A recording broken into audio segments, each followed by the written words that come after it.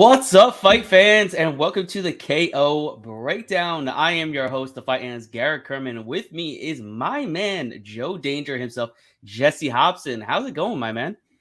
I like the new intro. It sounds good, looks good. It fits with me. So I'm happy to be here, dude. Always, always. Absolutely, man. We're on a brand new network here with the Props HQ Network presented by Playmaker. For you guys who don't know who we are the Breakdown, the KO Breakdown. We're here to put money into your pockets every single Wednesday night, 7 p.m. Eastern Standard Time. Me, myself, I am the fight analyst. I have been handicapping fights, breaking them down, putting money in everybody's pockets for years on end. And my man, Jessie Hobson over here, has been my right hand man doing it all with me. Yeah, oddly enough, looking back, Garrett and I kind of met on Facebook, and then we just kind of hit it off. He picks up what I'm putting down, and then we just are on the same wavelength. If he has an idea, I like to run with it, and vice versa. So it's hard to keep us separated, as the offspring would say. That's true. That's true. That you're the yin to my yang. Is that how they kind of say it? But Yeah, yeah, don't tell my wife. Don't. well, we'll keep it at that. But yeah, we're here to break down UFC Vegas 57, headlined by Arman Tsarukyan and Mateusz Gamrot, which is going to be an absolute banger of a main event in the lightweight division between two contenders looking to get their shot at a title. But for the rest of the cards, absolutely, we got great fights top to bottom. I'm very happy with this fight card, the way it's shaped up to be. And let's kind of just jump right into it. Let's start on the prelims. The first fight up is a fight at 115 pounds in the women's strawweight division between Jinyu Fry and Vanessa Demopoulos. Right now, Fry is a minus. I'm sorry, 260. yes, sorry, gotta get my odds. Minus 260 favorite, and the comeback on Vanessa Demopoulos plus 220. Who do you got in this one? Yeah, so I kind of went back and forth with this one. I'm kind of curious to hear what you're going to say as well. Yeah, I've heard some really interesting takes on this one. My perspective is I'm going to pick. I'm going to actually go in with the upset here. Vanessa plus 220. Frey's coming off 2 wins, looks real good lately. The only issue is the Demopoulos is very hittable. Obviously, the JJ Aldrich fight, the McKenna fight. I'm just hoping that she ultimately learns from those two beatdowns. Both are durable though, but I just, with the odds the way they are, I just really can't. I can't help but want to bet that plus 220. Also, I mean, I took the stab last week with what's his name, that black dude, the real strong black dude. Which one? The one, the Austin fight. Your boy was giving me a hard time saying, don't like. There's no way he'll win. There's no way he'll win. And I don't know. The names escape me at the moment. It's the guy that fought Kevin Holland, and Kevin Wait, Holland no. calls him his son now. Oh, Joaquin Buckley, right? Joaquin Buckley. Yeah, I took the stab on Joaquin Buckley just because I did see that was a possibility, that we would get what we got. And obviously it paid off. With this one, I just think the odds are too wide. I mean, there is a very good chance that Frey does win because she is extremely durable. But I also think Demopoulos is also very durable. It just really depends on who, puts in the most damage, because that's how the judges are judging these fights these days. Right. So if Vanessa can damage Frey, then I don't see it being that weird for her to basically steal this decision upset decision. Yeah, it's definitely not a line I would love to go play Fry at minus 260. That's kind of absurd. But I mean, this is her fight to lose as long as she, does everything right and doesn't do what, Juarez did, knock her down and jump right into her guard and get, submitted. As long as she gets this fight at distance, she should win as long as she's throwing volume. Her problem is she doesn't throw a ton of volume. She doesn't throw a ton of combinations. She throws a 1-2. She's very crisp, very precise, very technical with her strikes. But, in Demopoulos, she's not a good striker. She's not a good offensive wrestler. She's got great jiu-jitsu, but she has to get it there. So the only way she's going to get it there is if she pulls guard somehow, or somehow Fry is just lackadaisy and somehow gets the fight to the mat. For what reason, I don't know. But at the end of the day, this should be a walk in the park for Fry, especially if this fight is on the feet. As long as she's throwing combinations, she's gonna land because Demopolis just eats everything that comes at her. And she doesn't really. She throws more volume. She'll probably throw more volume than Fry, but I don't expect her to land more. I don't expect her to land more damaging shots either. So it pretty much boils down to as long as Fry does what she's supposed to do and throw volume, land the harder shots, and she should win. And I do like Fry at minus 110 to win the decision. I mean, it's pretty straightforward. I don't think you get any better than that. You get an easy minus 110. I mean, granted, she could get a TKO, but the chances are very unlikely. I like Fry to win a decision, minus 110. That's where I'm kind of going with that. All right, moving on. Next up, we got a fight in the men's bantamweight division between Mario Batista and Brian Kelleher. Right now, Batista minus 165 to come back on Kelleher, plus 140. Who do you got? As far as the pick, I got Batista. The play, minus 165. I feel like that's a pretty good line we're getting on Batista.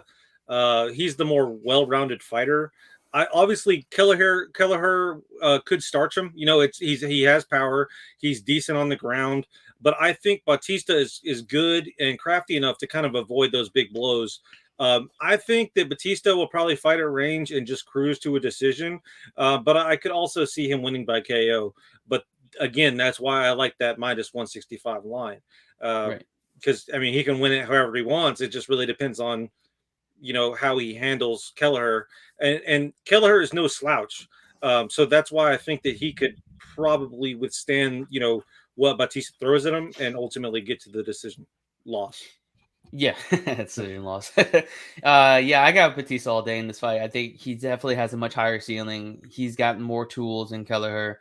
Kelleher has been around the block. He's fought the who's who, but when it comes to stepping up in competition, he tends to lose against the better fighters, and he beats the worst fighters. I mean, majority of his wins are against fighters that aren't in the UFC anymore, and then one wins against a guy that was a flyweight. So, coming into this fight, I'm fairly confident in Batista's abilities to get the job done here. I expect him to use his kicks very, very well to keep this fight at distance and just outwork Kelleher on the feet. And I really do cap this fight. I have Batista literally around minus 225, minus 230. So I do think we're getting a lot of good value here on minus 165. So I got Batista all day here in this matchup. Yeah, I agree. All right, next up, we got a fight in the men's flyweight division between Cody Durden and JP Bays. Right now, Bays is minus 115. Come back on Durden, minus 105. Who do you got? So we disagreed on the first one. We both got Batista. I'm wondering. I mean, it wasn't really like a huge disagreement as far as the women's MMA, but with this one here, JP has had a tough run in the UFC. I feel for the guy. He lost to 2 fights and his girl. Durden could wrestle to a decision, but I think that Durden is going to get the bounce back here. I think he's going to push JP, and I think he gets him out of there. Actually, I like Cody Durden to win, but I love Durden inside the distance at plus 330. I think that he's going to look for the finish because he wants to prove that he belongs, and we've seen JP struggle, and I think he's going to struggle a little bit with Durden's pressure. It's interesting. I mean, this fight's it's a 50-50 fight, as you could tell by the line itself, minus 115, minus 105. I just feel like we get more out of JP, as far as I feel like he's got more ways to win. Durden, what you're getting from him. He's a good grappler, but outside that one round, ooh, it's risky. Outside that one round, that man has the gas tank of somebody that's about like 500 pounds that's running in there trying to fight because he just goes balls to the wall in that first round. And then that gas tank is just depleted. And I really do think Bays can really, take advantage of that. He's got slick submission skills. So in the scrambles, he's really, really good. And I could see Bays really catching him in a scramble, catching him in a submission. He's got submitted numerous times, Durden. and he's been finished numerous times. My favorite bet is to take the under 2.5 rounds. I think it's at like plus 145. Plus 155 around there. But yeah, that's definitely my favorite play because I feel like somebody's getting finished in this fight. You got 18 finishes between the two of them. So they're going to come out there. They're going to come out balls to the wall, and it's going to be all excitement from the get-go all the way to until somebody, gets finished. And I feel like the safer bet would be to take the under 2.5 rounds. Or the fight doesn't go to a decision, which is at plus 100, which is also pretty good as well. So yeah, but as far as the side goes, I'm going to take Bays getting the job done inside the distance. If Bays inside the distance is plus 250, not too shabby either. So yeah, that's what I got. I got JP Bays winning this fight inside the distance and the under 2.5 rounds. Moving on, we got a fight at bantamweight in the men's bantamweight division between Holian Paiva and Sergey Morozov. Right now, Morozov minus 140 to come back on Paiva plus 120. Who do you got? I got Paiva. I'll tell you why. I got Paiva at plus 120. I like Paiva just because I think he's getting overlooked because of the O'Malley loss. But before that, he was on a 3-fight winning streak. 21 wins, and he's 26 years old. Most of those wins come by decision, so this guy does have a gas tank. And Mazarov has a habit of getting subbed, and if Paiva compromises him, he's going to get that sub. We've seen it a million times. Morozov does fade, as we did see in Houston, so maybe even betting Paiva live is the play, because if Sergey has a good first round and we get some really dirty plus money on Paiva, why not take it? Because he might be getting that sub in 2 or 3. Yeah, I agree. I think Paiva is obviously the much better striker between the two. Morozov literally has to take him down, ground and pound, submit him, keep him there, control him, which he can do. I mean, he definitely can do it. And like you said, he tends to fade as the fight goes on. He's absolutely hittable on the feet as well. It really boils down to if Paiva can keep this fight on the feet, and if Paiva can make him work for the takedowns. If Paiva can make him work for the takedowns and he can scramble back to his feet, he should win this fight handily. But if he gets stuck on his back, it's a different story. But I got Paiva winning this fight. I like him at dog money plus 120. And we'll see what goes from there, because I feel like we're getting a gift of they're giving us an easy line on Morozov a minus 140, but it really doesn't make sense because the way that he fights, he normally should be a heavier favorite. But I feel like we're getting the dog money on Paiva because of, like you said, his last loss to Sean O'Malley. And I think he's going to go in there. He's going to put it on Morozov on the feet, put the pace and the pressure on him, and just knock him out. And I feel like he knocks him out within 2 rounds. Yeah. I feel like it's either. I feel like round 2 is the sweet one for this fight. I agree. All right, moving on. Jesus, I'm not gonna be able to say his last name. And we got Brown. It's TJ Brown. What's hard about that? Been saying it your whole life. we got a fight in the featherweight division, the men's featherweight division, between TJ Downtown Brown and Shylin. I'm gonna go with Shylin. He's got one name. He's like Prince. He's just Shylin. That's it. Shylin. I'm gonna go with Nordinbeki. I don't know. It's like it's on that like foreign food aisle. That's all. That's where it's located. Yeah, I got another. So Brown minus 210 to come back on Shylin plus 180. Who you got? So I was looking into this fight. Obviously, I know TJ Brown a little bit better than the other guy, but neither guy really has that impressive of a resume. The more I dug into TJ Brown, the more I was like, why is this line the way it is? Right. But it's because of the Rosa win. That's literally the only reason why. Yeah. In my opinion. But I don't know. I still gonna pick TJ Brown to win, but I'm gonna pick him inside the distance. TJ has 9 sub wins of his 16. And the other guy, he has 6 sub losses of his 10. while TJ is probably going to win by the sub, I'm going to just keep it safe because he could also get a KO here and just go with Brown inside the distance at plus 240. Yeah, I don't know. It just the odds are kind of weird to me because I felt like it should be a little bit closer, but Yeah, whatever, yeah. recency. This is a dog or pass situation. I can't fathom ever playing TJ Brown minus 210. That's absolutely absurd. Charlene he's gonna make TJ Brown work for the takedowns. I think he's a better wrestler between the two, to be honest. So I feel like it's gonna be, like you said, a lot closer, a lot closer. And if that's the case, plus 180 is the right call on this side. If you're gonna take a side here, it's a fight that I'm probably not gonna put any money on, but I think Charlene comes in and gets the upset win, plus 180. TJ Brown, I think he's a little bit of a letdown. He tends to fade as the fight goes on. He makes mistakes on the mat. I mean, the list goes on and on. I'm taking Charlene to get the job done as an underdog at plus 180. Moving on, we got a fight in the light heavyweight division between Carlos Ulberg and Tafon Nchukwi. Right now, Nchukwi minus 115 to come back on Ulberg minus 105. Who do you got? So this one pains me to say. I'm gonna pick Carlos Ulberg here. But here's the thing: caveat. Carlos Ulberg, he sucks. He sucks. And that's like whatever. He's attractive. Like he'll if he ever sees me say that, he'll just look in the mirror and feel better again. But Tafon, he's a little too slow for this matchup. That's really what it's going to come down to. I've seen Ulberg live in Houston, unimpressed.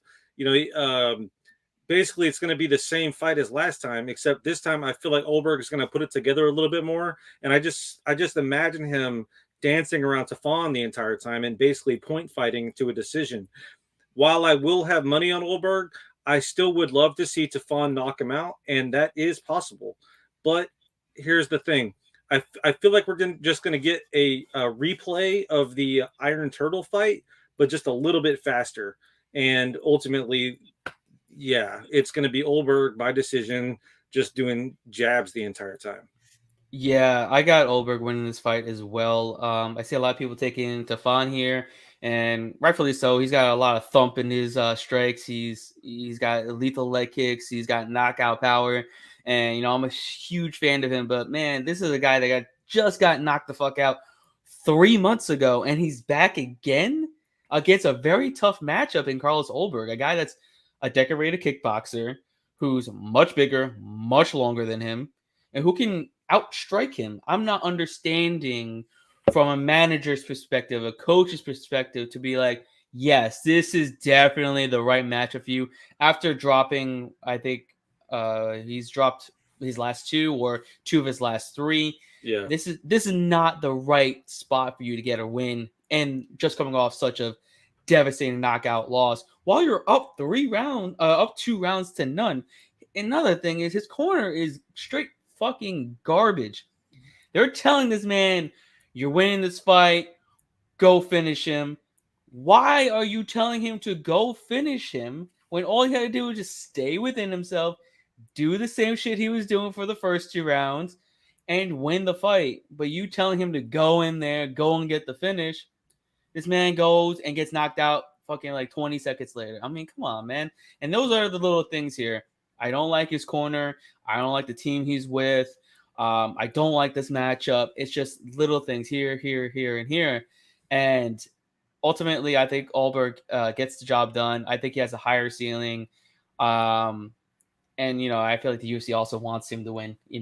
Ultimately, that's just how it goes. And like you said, Tafon's, it's going to be slower to the punch. He's got power, don't get me wrong, but it's going to be hard for him to get on the inside of the leg kicks, the reach, the height advantages that Ulberg has, and he's just going to be able to outpoint him, outstrike him for majority of this fight. And don't get me wrong, I mean, you look at the Kennedy Nchukwu fight.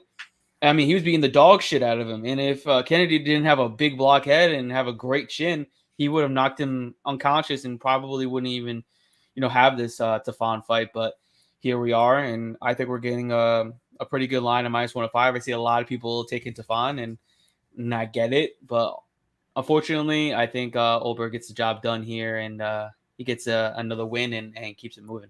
Well, and also too, the reason why I think it's going to be a decision is because of the Fabio fight.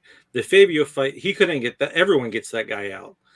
As soon as that guy got to the UFC, it was like, okay, well, who do we want to see knock, somebody out, before we get to the main card? And obviously they wanted Carlos to do that in Houston, and he couldn't do it. I feel like it's going to be a very similar, no pun intended, song and dance in this particular fight. And but the good thing about that is Stefan will have 15 minutes to connect, and if he does hit him on the button, it's all over. Absolutely. Yeah, I mean, Stefan, at any given moment, he can land just one punch, one strike, and the fight's over. Yeah. All right, moving on. Our next fight up is in the men's middleweight division between Chris Curtis and Rodolfo Vieira. Right now, Curtis is a minus 130 favorite. And come back on Vieira plus 110. Who do you got? I like Chris Curtis here. I've liked them since Tuesday Night Contender Series. Big fan of his. His story is fantastic. It seems like as soon as this guy lost to Ray Cooper, his career turned around. I don't know what's in the water over there at PFL, or what's in Ray Cooper's sweat for that matter. But this guy is on a fucking tear. I mean, there's no doubt. We always knew he was good. We always knew he was well-rounded. It's just like Dana never really wanted to take a chance on him for some reason. And then as soon as he did, this guy is a wrecking crew. Like, I have no other words for this guy. While Vieira, he has the build and the resume to beat this guy. His body just doesn't let him do it. And, with this whole brain thing, coming back from that, isn't he, fully ready, to take on, this type of thing? Like, I've had surgery, like crazy surgery, not brain surgery, but I've had crazy surgery, and your body cannot recover that quickly. So is he putting himself in harm's way? There's a lot of questions. There's more questions than answers here.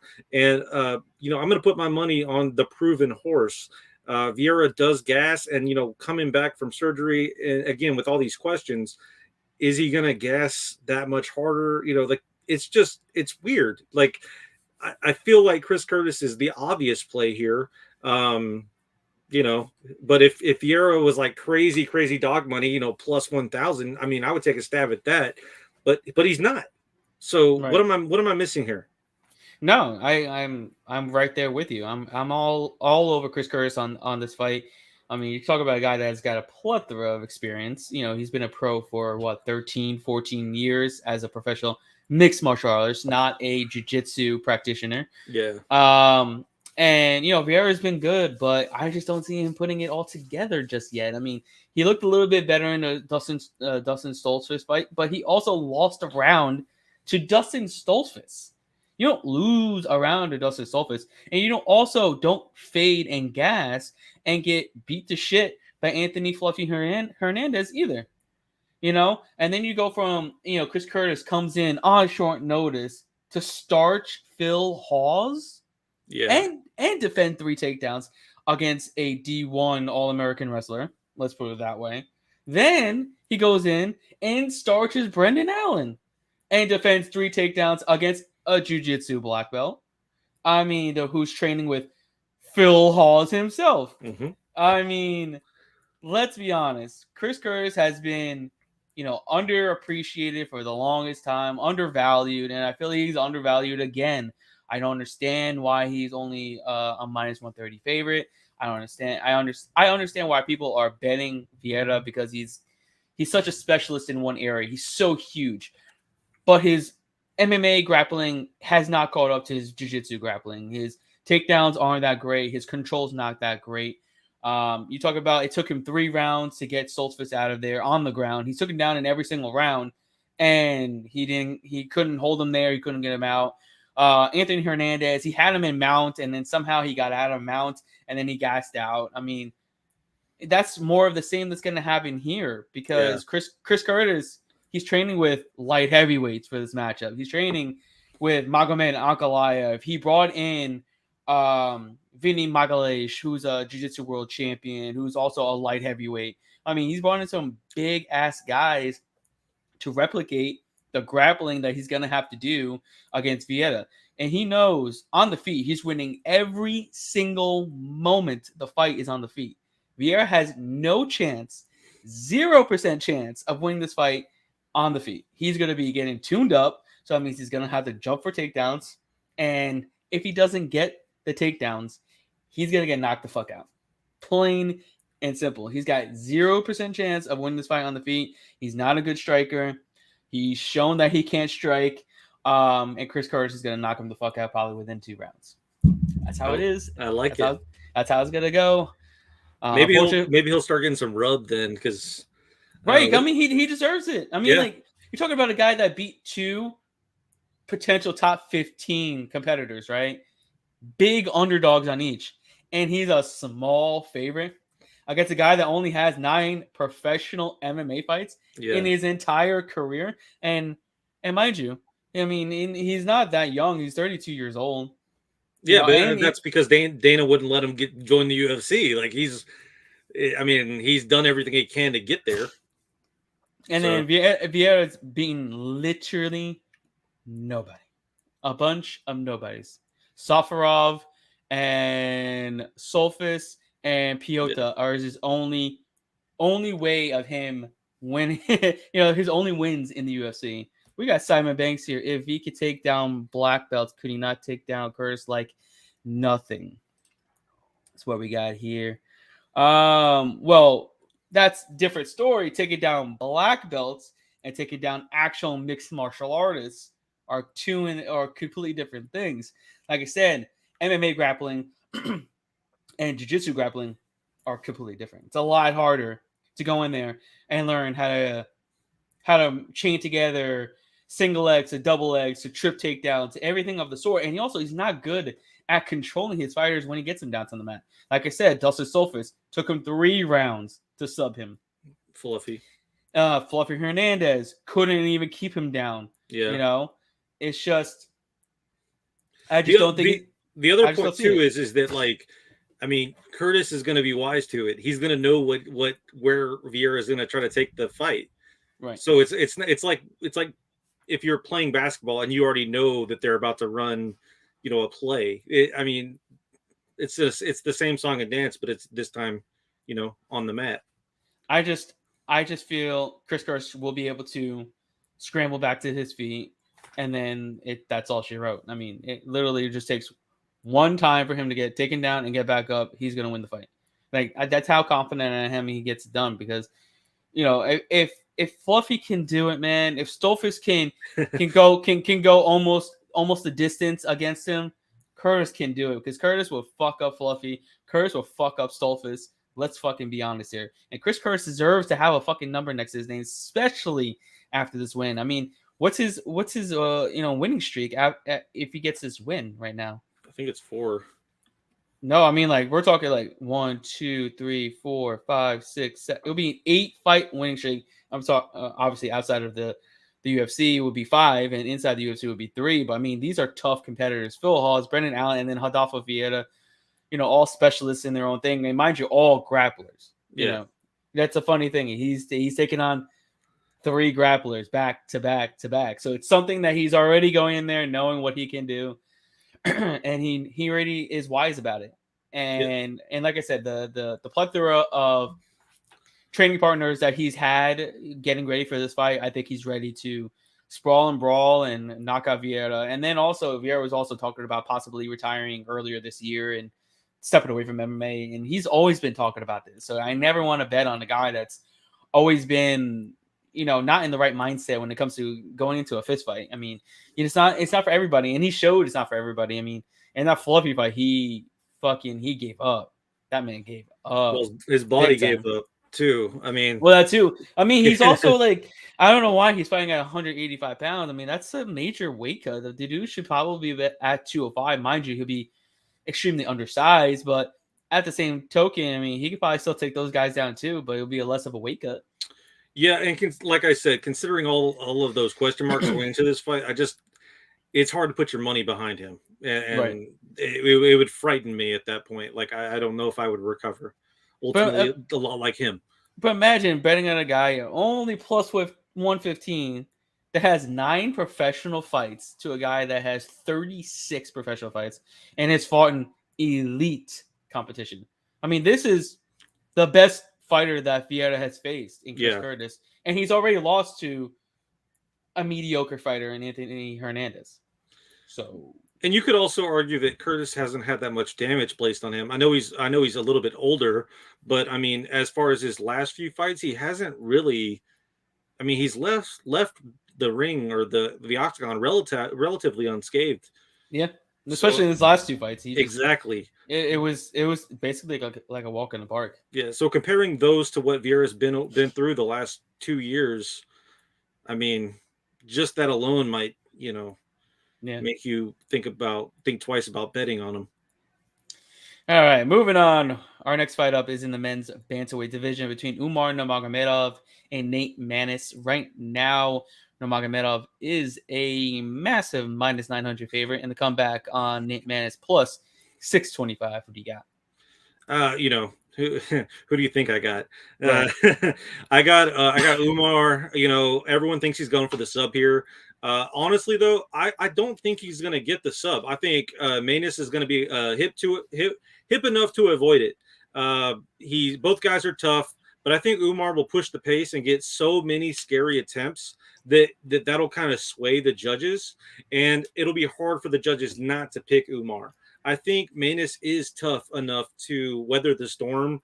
I know 15 minutes is a long time to, keep Umar away from your neck, but I do like him at decision at plus 165. That is probably my play, because there's no way in hell I'm betting him minus 900. Yeah, it's hard to really bet on Nurmagomedov in this spot on minus 900. Ultimately, I do think he gets the submission. I know he's not as good of a submission threat as someone like Johnny Munoz, but there's a different level of grappling that the Nurmagomedovs and the Dagestani wrestlers, got going than a Munoz. Munoz is good in jiu-jitsu, hasn't really translated that well into MMA, whereas Umar Nurmagomedov and his grappling is next level shit. And he might literally go in there. I mean, look what he did to Brian Kelleher. I mean, that was fucking sick. And then he did it against Sergey Morozov, who's also another great grappler. And I don't think Nate Maness is really on the level of at least Sergey Morozov in terms of grappling. But I think ultimately Nurmagomedov takes him down, gets a submission probably within 2 rounds or so. Obviously you can't really bet him at minus 900. Maybe you could take him by submission plus 100. But even that, I probably would kind of like stay away from this fight. I would need a little bit of a better line than plus 100 to take a submission prop. Yeah, on some books I saw it. Minus 105, 110. Yeah, it's creeping. I mean, that's the play, but right. Moving on, we got a fight in the men's lightweight division between Thiago Moises and Christos Giagos. Right now, Moises is a minus 255 favorite, and the comeback on Giagos plus 215. Who do you got? I got Thiago. I'm not playing this one, though. I feel like the odds are a little steep. I feel like Thiago is a huge step up for Giagos, but Thiago's looked kind of weird lately. He looked kind of shitty. I mean, no disrespect, but he just hasn't looked like himself. And while he should get the win, based on his abilities and his skill set, he could possibly shit the bed here, and that's really a compliment more so to Giagos, just because I know that dude pushes his ass to get these wins when he does show up. So my pick is Thiago Moises, but the odds are just a bit too steep for me. And the fact that Thiago does shit the bed from time to time, I'm just not a fan of sleeping next to Amber Heard. That's just me though. Yeah, I don't like this line at all. I feel like it's a dog or pass situation. Moises should run away with this, but should. Just like he should have beaten Joel Alvarez, but he just got absolutely obliterated in the first minute. But Giagos he's still tough. He's still durable. He's got some power. He's got some wrestling. and he can push a pace, and sometimes that kind of wilts Moises. We've seen people that push the pace and come forward on him tends to kind of break him a little bit. So if he could do that, I could see the upset coming. But ultimately, I'm passing on this whole fight because his line is a little ridiculous. I do think Moises should win this fight, but the line is just too crazy, absolutely too crazy. Because Moises his striking has gotten a lot better. He's a jiu-jitsu world champion as well. So I don't think Giagos really wants to go down to the mat with him either. But like I said, at minus 255, he could easily shit the bed, and then here we are next week talking about playing Moises at minus 255 like a bunch of idiots. Yeah, it's funny going into this week. That matchup looks so appetizing, and then the closer we got to, it's still Wednesday, but the closer we get to Saturday, the more I'm like, it's like fucking Exorcist, get away from me. But yeah, I know. It'll be interesting to see what actually happens. Yeah. All right. Moving on. We got a fight. We got a fight in the heavyweight division between Josh Parisian and Alan Barbado. Right now, I have no idea why this fight's on the main card, but here we are. It's basically a pick-em, minus 115, minus 105. Bado minus 115, Parisian minus 105. Who do you got in this shit show of a fight? So I don't hate this matchup, but I didn't think that Parisian was. I didn't think he was still in the UFC. Like, no offense, because I like the guy, but I have Alan Bado in this one. I think he's improved quite a bit. I don't know if you saw the Parker Porter fight, but he looked pretty good. Yeah, I had Parker Porter in a parlay. I believe you did too. Yeah, and my night would have been completely upside down had the judges not helped me out. But right, yeah, Pearson. Or however the hell you say his name, Josh, he fades after the first round. I mean, he goes fucking buck wild in round one. If he still has the gas tank in round two, he's still going buck wild. I think he comes in strong here, and he's gonna get tired. Because I feel like Alan Bado, I feel like he kind of fights at range, and he's gonna avoid those swings. Bado will probably finish him in the third, or he'll edge a decision. What I'm going to do here is I'm going to play this after round one live. I feel like Josh is going to come in hot and heavy. There's going to be a little bit of damage, or, it's going to appear that way. And, the commentary team is going to be like, oh, Josh is so good. Remember when he was on Dana's White Contender Series? And then I'm going to get a really good live, betting odd after round one for Allen. And then he's going to completely destroy him around 2 and 3. Yeah. Yeah. It's this fucking fight, man. This fight. Still don't understand why it's on the main card. Let's put it that way. It's easier to break down than the last one. I will say that. Oh yeah. Yeah. Well, also you got to take a look at Josh Parisian's track record in the UFC. He should be 0-3 and cuts. Yep. But he was gifted a decision against Roque Martinez, who he was getting pieced the fuck up by, mind you. And then he got beat to shit by Dontel Mays and Parker Porter. Yep. And then comes Barbado. He actually looked good against Parker Porter. He looked different. Like he was putting it together. It was just a completely different fighter. I went back and watched some of his other fights too, and I was just like, this is like, it was the evolution of the fighter, and it was just really kind of cool to see from a fan's point of view. And I mean, he's got some decent skills too. I mean, he's training over there at MMA Factory with Cyril Gahn and all of them. So he's got the different style of attacks that they always do, the spinning attacks, the kicks, and he's definitely got more tools than Parisian on the feet. Parisian, I think, is the better grappler. He may try to take this to the mat, but ultimately, I don't think he's going to be able to get it there. And even if he does, I don't think he's going to be able to keep it there. And like you said, he fades. He always fades. And I think Barbado he's more lethal on the feet. He's more dangerous. And I ultimately think he gets the job done. Probably TKOs him. Probably, I would say maybe in the third round. I think he gets it done inside the distance. But like I said, I do like the live betting approach. This could be one to kind of wait and see, get a feel from how shitty who's going to be shitty worse in the first round. and then kind of go from there. But yeah, ultimately, I'll take Barbado. Minus 115 is not a bad line. Yeah, and we'll see what happens in this contest.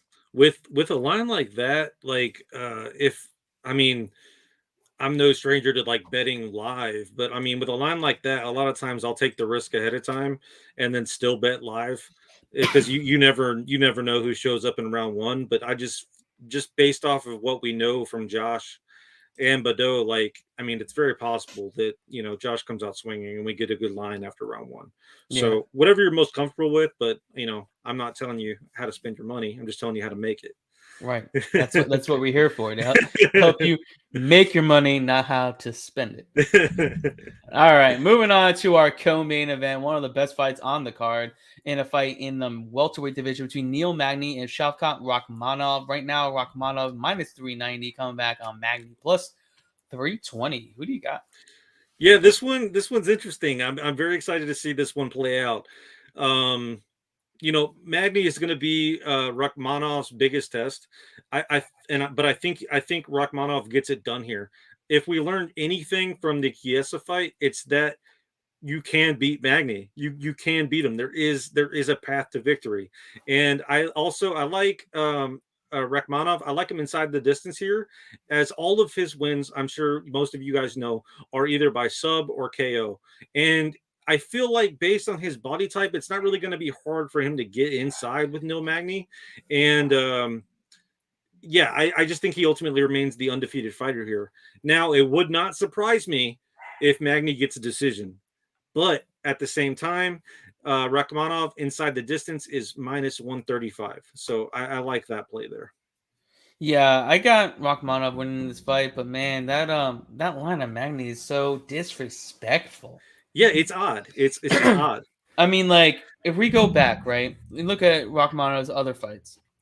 He was only minus 280 as a closing line to Carlston Harris, and now he's around minus 390 Yeah. against a guy that's obviously levels above Carlston Harris.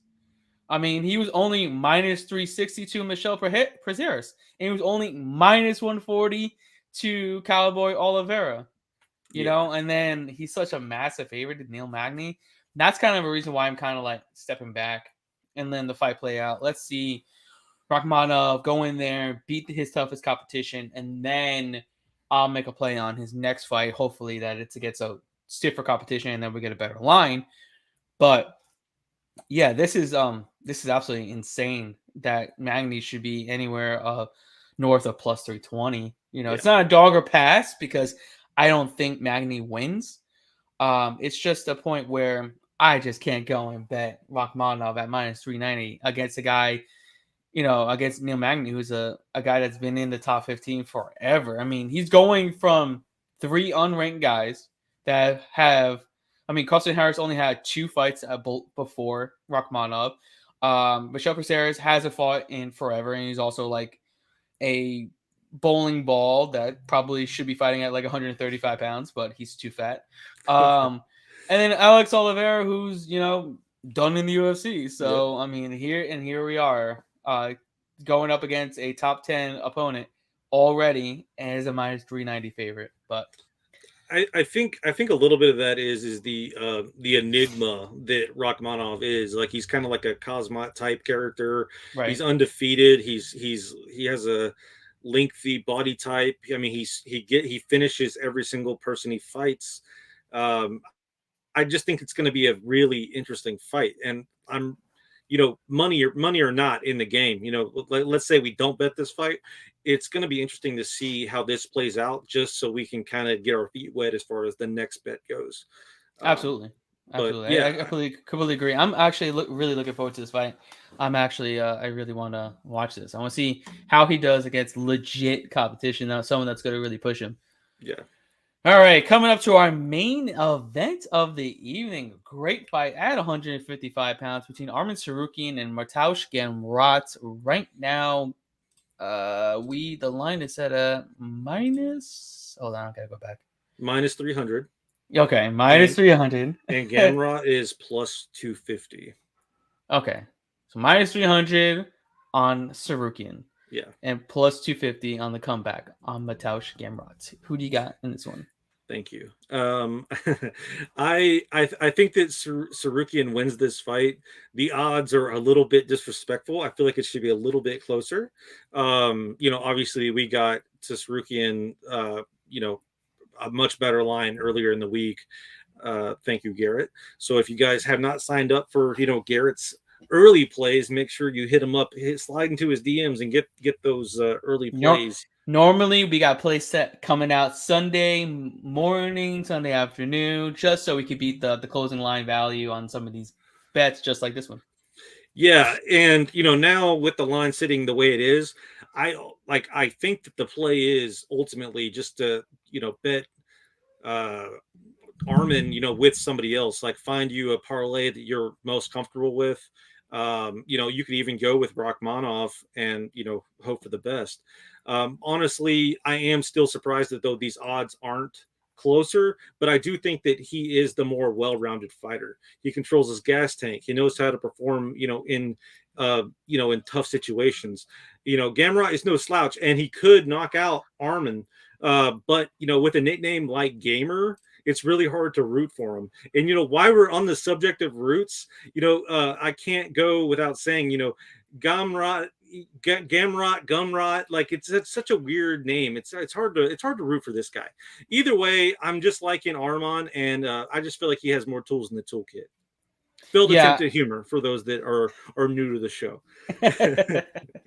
Yes, I completely agree with you here. I like Arman Tsarukyan. The dude's tough. He's tough as it is. I mean, he came in on short notice to take on Islam Makhachev. He actually took a round off of Islam in that fight, which is absurd. He defended the takedowns well. I believe he even took him down. He was striking very well against him too. And I mean, the list of fighters that he's faced and beaten compared to Gamrot is pretty damn good. I mean, he's beaten Olivier Aubin Mercier, Davi Ramos, Matt Favola, Christos Giagos, and Joel Alvarez. Especially in his last two, he beat the living shit out of Joel Alvarez and Christos Giagos. So he's finishing guys. Whereas Gamrot, yes, he was a 2-division champion over at KSW, I believe. The 145-pound champ, 155-pound champ. But I mean, he lost that split decision to Guram Kutaladze. Great fight. Which was a great fight and no shame there. But if you look at that fight, Guram's, I know he's been working on his grappling, but he's not a grappler by trade. I know he does grappling tournaments, this and that, but at the end of the day, he's a K1 kickboxer. I mean, and he's out scrambling you, getting back to the feet, and outworking you. And then there's some chink in his armor there. We see it there, and I think Arman can exploit that. And then you look at the next three fighters he's faced: Scott Holtzman, not in the UFC; Jeremy Stevens, not in the UFC; Diego Ferreira, about to not be in the UFC. But Diego Ferreira was, I think, at least a good win. And he came in there and starched him. But I mean, I just don't think it's on the level of competition that Arman's faced. And I just feel like he's got more tools in the chest. Like you said, he's got the better cardio. I think he can out grapple Gamrot. I know Gamrot's got the 5-round experience, and Arman doesn't, and that could help him out. But the way that I've seen Gamrot slow down, especially in that Guram fight, it leads me to believe he's not going to be able to go 5 rounds trying to out grapple Tsarukyan in this fight. Plus, I do think Tsarukyan is definitely the better striker on the feet too, as we've seen in the last his 2 fights ago against Christos Giagos, where he was just beating the shit out of him, on the feet. Yep. So yeah, I mean, I really like Arman Tsarukyan. Don't like his line. Like I said, we got it earlier in the week. But like you said, we could parlay him. I did a cross promotion parlay because I'm really confident in Gegard Mousasi Friday night in Bellator. So I was able to get him and Arman Tsarukyan at minus 111. Not the greatest line, but I feel like it's a nice little safe parlay. Throw 1 or 2 units on it, kind of double up your money. But yeah, I think Tsarukyan is going to really cement himself as a legitimate contender at 155 pounds. I mean, who's really I mean, I feel like after this win, he's got maybe one more fight until he really gets to face Charles Oliveira. I mean, arguably, I think the best case scenario is what's going to happen is Arman Tsarukyan wins, he chills, he waits. Islam and Charles Oliveira get to fight. I think they're fighting in October, if I'm not mistaken, around there, September, October, around there. Islam gets the dub, and then Arman Tsarukyan gets his rematch against Islam Makhachev, and that's going to be an absolute insane fight, a fight that I'm so looking forward to because I'm very high on both these fighters. I'm big fans of both of them and their styles of fighting. I think they're the two best in the division right now. And I do think Islam Makhachev goes out there and absolutely dominates Charles Oliveira. Don't kill the messenger. Just love it. And we're going to be cashing in on that when that fight happens. But yeah, it would be a cool storyline as well for him to get the rematch. I think absolutely. that would be really cool. I'm telling you, man, that's exactly what's going to happen. He's going to come in there. He's going to beat Gamrot. Makhachev beats Charles Oliveira, and then we got Tsarukyan taking on Makhachev for the title, and it's gonna be a great fight. KO breakdown with a special appearance by the fortune teller. Yeah, you've said crazier shit before, so I'll stick with you. Yes, sir. But yeah, that's our breakdown. UFC Vegas 57, headlined by Arman Tsarukyan and Mateusz Gamrot. That's our show for this week. We will be back next week at Wednesday, 7 p.m. Eastern Standard Time on the Props HQ Network. We need you guys to go like and subscribe to the Props HQ Network. Also, Playmaker, go find them on all social networks, give them a like and a follow, and subscribe to their YouTube channel as well. My man, Joe Danger, where can everybody find you on the YouTube channel? I'm everywhere, man. But I have a big interview coming up on Friday. I'm actually interviewing Sean Patrick Flannery of Boondock Saints fame. He also trains BJJ, so I'm definitely going to have to throw in a few questions as far as those go. Obviously we're going to talk movies. He has a new movie coming out that he directed. Throw in some Boondock Saints, throw in some The Boys. He made a special appearance in The Boys. But yeah, where are we at? Look me up on YouTube as well, and you can watch the interview. I will interview on Friday, probably have it up by early next week. All right, guys. You guys know where to find us, and we will see you guys next week here on Props HQ. We will see you guys then. Adios.